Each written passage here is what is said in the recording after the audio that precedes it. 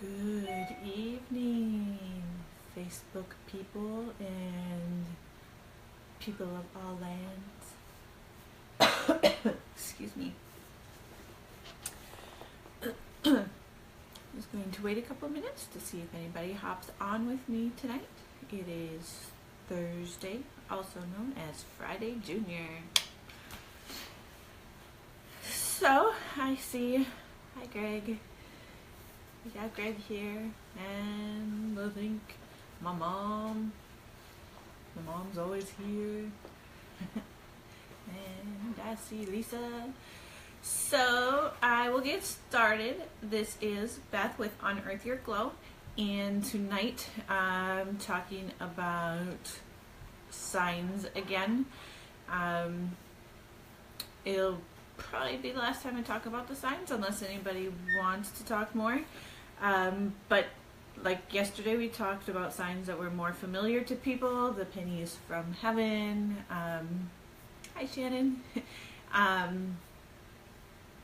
What else was there? The cardinals, music.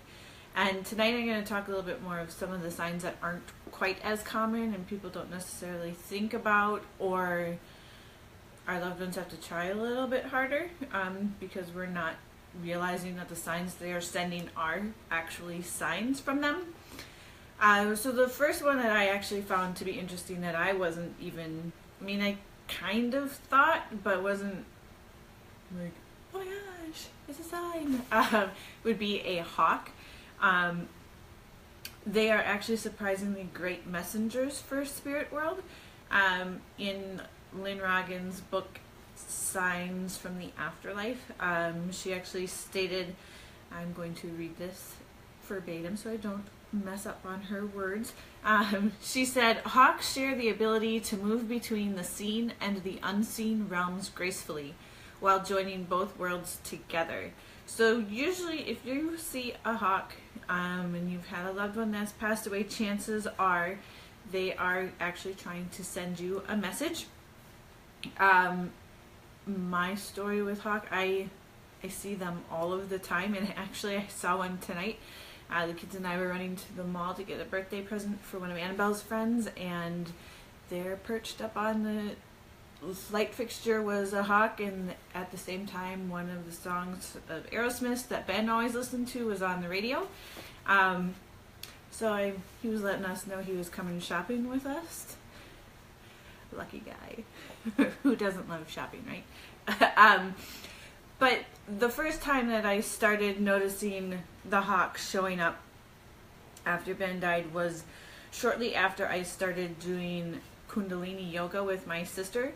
And for people who aren't quite sure what Kundalini yoga is, it's more of a meditative yoga practice. They do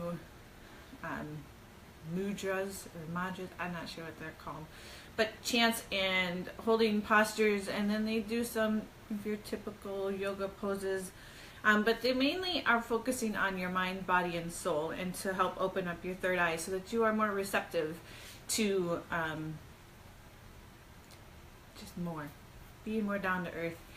And it was shortly after that that I started seeing the hawks, and I was curious kind of what they were meaning after I started seeing so many.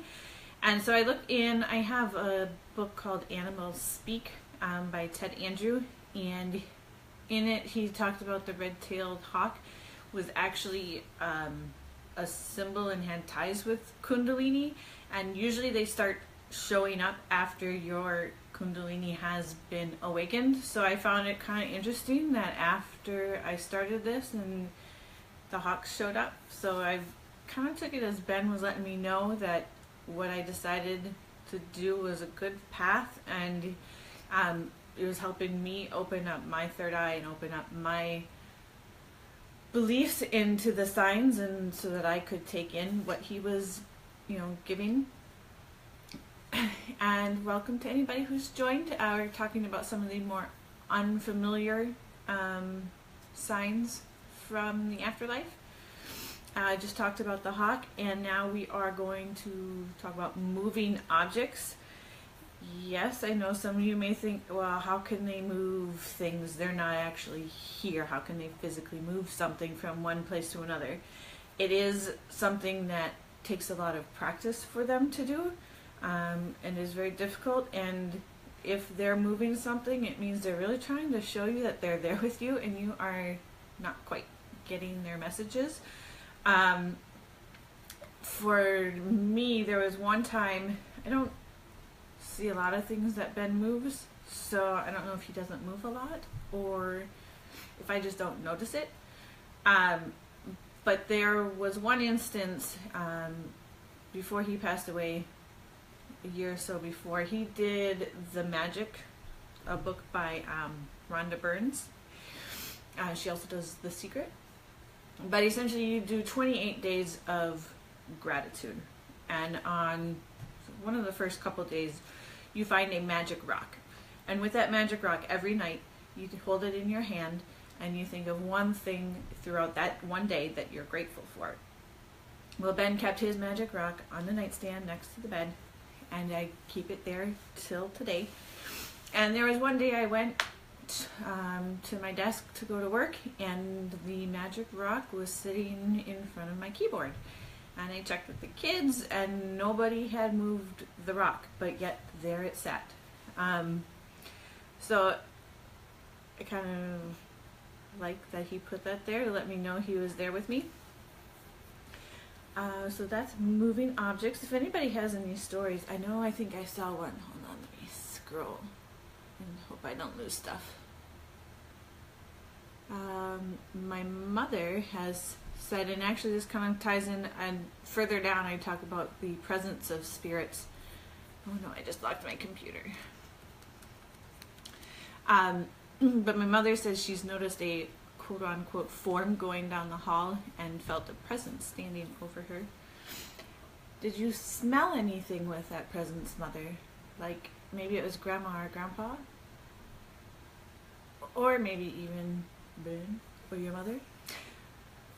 Okay, so moving on. We are going to talk about electrical phenomenon. She says no smell. Okay, so everything, as we know, is made up of energy. So our loved ones are actually able to take that energy and use it and turn things like the television on, make lights flicker, and make the phone ring. This one really got me. Make the doorbell ring. So this leads me to a story that just recently happened. I'm assuming that it wasn't children. But a few nights ago, I was sitting in the living room working on some of my blogging stuff at the computer, and as most people know who saw it on Facebook, my doorbell started ringing like crazy. And I thought maybe Annabelle forgot something, so I went to the door and I flicked on the light, and there was absolutely nobody there. I mean, you didn't even see anybody running off, nothing. Like I said, I thought it was neighborhood kids playing a trick on me. But now, kind of looking back at it, Ben and I used to sit in front of the desk all the time. We'd stay up late looking at YouTube, all sorts of crap. And it really made me realize that it was probably Ben letting me know that he was with me and sitting there at the desk like we used to, and just to let me know that he's still there. And then we have sensing the spirit presence. This is actually a very common, even though we may not think it. Well, maybe we don't think it because nobody really wants to admit that they sense spirits with them.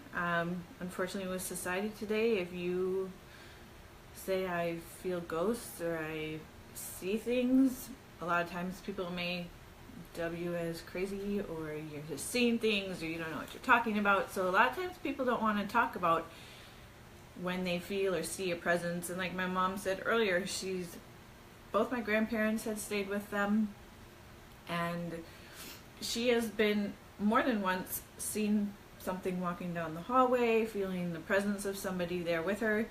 I know one time at their house, I was standing there and I thought somebody had tapped me on the shoulder, and I looked and there's nobody there, and I asked my brother-in-law and he's like, no, I didn't do it.